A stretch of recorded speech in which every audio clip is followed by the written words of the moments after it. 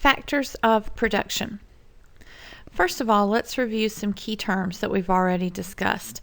Scarcity means that there's a limited supply of resources that are available to meet unlimited wants. Nearly all resources are scarce. This is especially true if the resource has more than one valuable use. Opportunity cost. Because the resources are scarce, the choice to use a resource in one way means not using it in another way. The next best use of a resource is its opportunity cost. For example, if you have to choose between coming to school or taking a nap, and you choose coming to school, yay you, the opportunity cost of you attending school is that you didn't get to take the nap. Productivity is the amount of output made by a given amount of inputs. It's basically what you get for what you invest. This shows how effectively resources are being used. Producers are people who use resources to make goods and services, and consumers are people who use goods and services to satisfy their wants and needs. Let's examine some of the characteristics of a market economy. People have freedom of choice about what to produce and consume. People make those choices based on their own self-interest. Markets exist when producers and consumers can freely interact with one another. The ability to compete and make a profit are powerful incentives for many people. Government intervention is limited, and production involves four basic factors.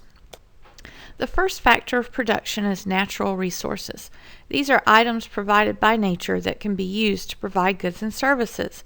So, for example, water, trees, wheat, and oil are all examples of natural resources.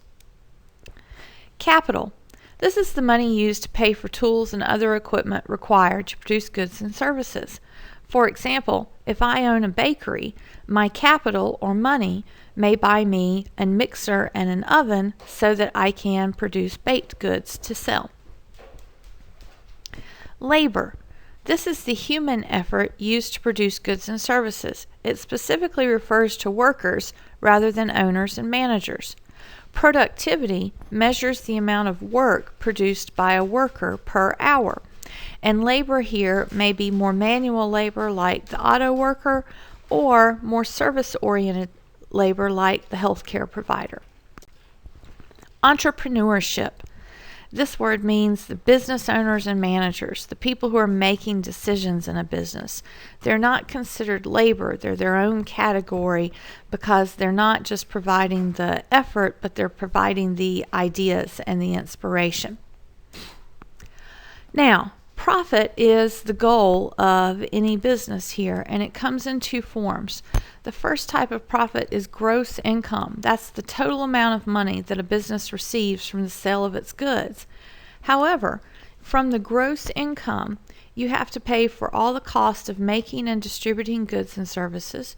You also have to pay for your resources, capital, labor, land, and rent, as well as property taxes and interest on any loans that you have. The net income is the amount left over after all of your costs have been paid, and income taxes are paid from net income. And what's the government's role in all of this? The government regulates competition so that smaller businesses can compete against larger businesses. It protects a person's right to own private property and to buy and sell in a free market.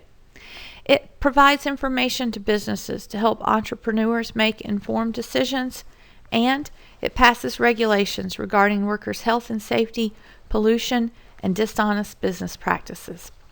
This is the end of your overview of the factors of production. Thanks for listening.